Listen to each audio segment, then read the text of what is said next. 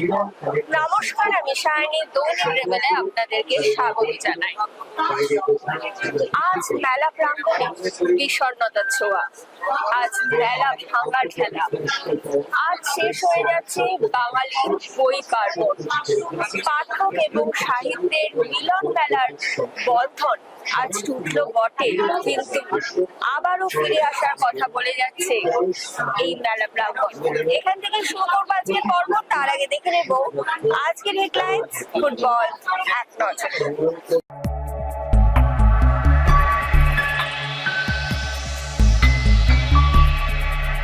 বইমেলার দশমীতেও ভিড় আইএফএ স্টলে, টাই ব্রেকারে হার বাংলার।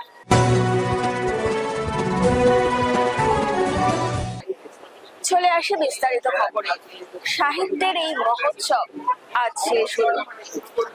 আজ এই মেলা প্রাঙ্গণে বিষণ্ণতার ছোঁয়া। বিকেল থেকে ঢল নেমেছে মেলা প্রাঙ্গণে এবং ভিড় জমেছে আইএফএ স্টলে। আজ উপস্থিত ছিলেন ফুটবলার সৌভিক চক্রবর্তী এবং প্রভাত লাকড়া। ফুটবল সাহিত্য এবং ফুটবল আড্ডা সমস্ত মিলেমিশে যেন এক টুকরো ময়দান উঠে এলো মেলা প্রাঙ্গণে। চলে আসে পরের খবর। টাই ব্রেকারে হার মানল বাংলা। সন্তোষ ট্রফির কোয়ার্টার ফাইনালে সার্ভিসেসের বিরুদ্ধে 2-3 গোলে পরাজিত হলো বাংলা। নির্ধারিত সময়ে ম্যাচটি গোলশূন্য ছিল। এবারের মতো শেষ হলো বই পার্বণ।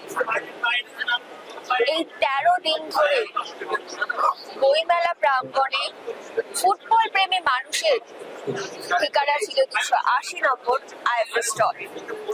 আবারও আগামী বছর এই মেলা প্রাঙ্গণ থেকে ফিরে আসার অঙ্গীকার নিয়ে শেষ করছি আজকের পর্ব। শুভরাত্রি।